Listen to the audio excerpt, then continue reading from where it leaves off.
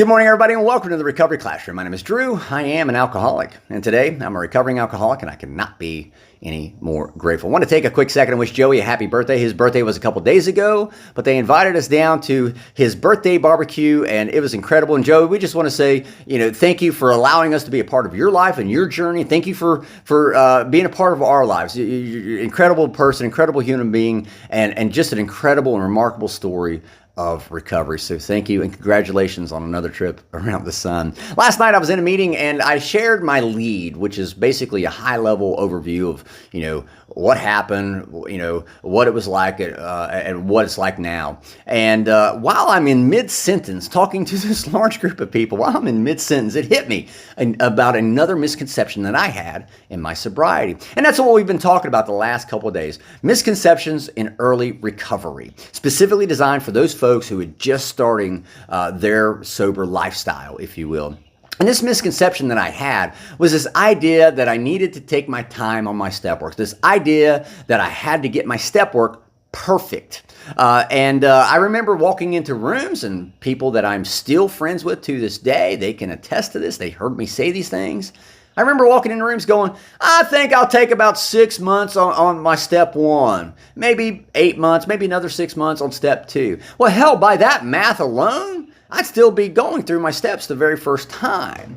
I had this idea, this misconception that I had to get each and every step right the first time through it. So I was going to take my time.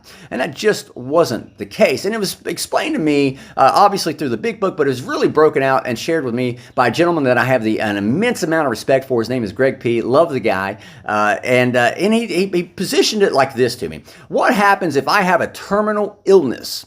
And I don't have long to live, if you will. I have this terminal illness, and I'm sick, I'm dying, I don't have long to live, and you come up and you hand me this magic pill, this magic cure, if you will, this magic treatment that will allow me to live my life longer. And I look at it and say, wow, thank you so much for this magic pill. I think I will take it 6 months from now. I think I'll take it a year from now.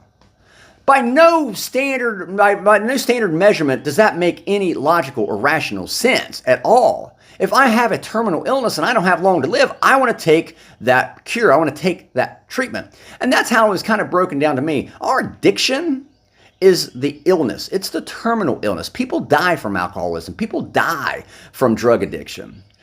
And the step work, the program, the steps in my program that I work, that is my treatment. And that's how it was broken down to me. And you wouldn't want to take your time taking your treatment, right? You just want to, I'll take that pill 6 months later. For me, I had to come to the understanding that I'm going to mess up my steps the first time through. And out of 12 steps, the odds are stacked against me, right? Maybe not.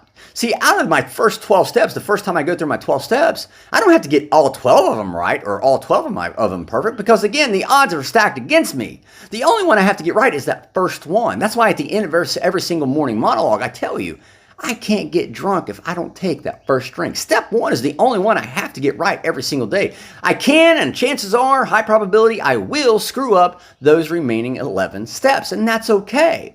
So how does it work? How does it treat my addiction? It treats my addiction because the first time I get through the steps, I then become able to sponsor other people. And that's incredibly significant. I mentioned this the other day.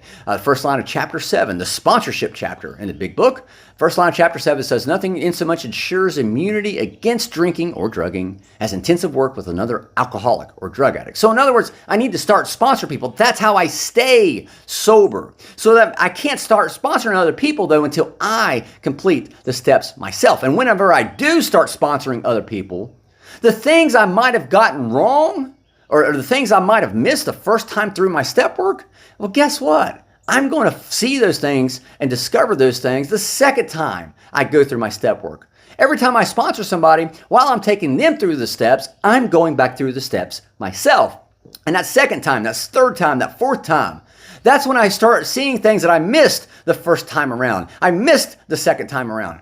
I start seeing things that I wasn't aware of.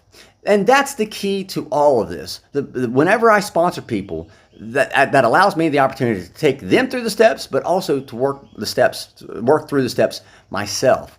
And that is why I mentioned the other day that sponsors are sponsoring people to keep them sober, not just to try to help somebody else get and stay sober. So with that being said, that's all the time I have for today. Thank you guys for letting me come in and share 5 to 10 minutes of your day with you. You guys absolutely keep me sober, and I could not be any more appreciative. We'll be talking again soon, guys. Remember, you can't get drunk if you don't take that first drink.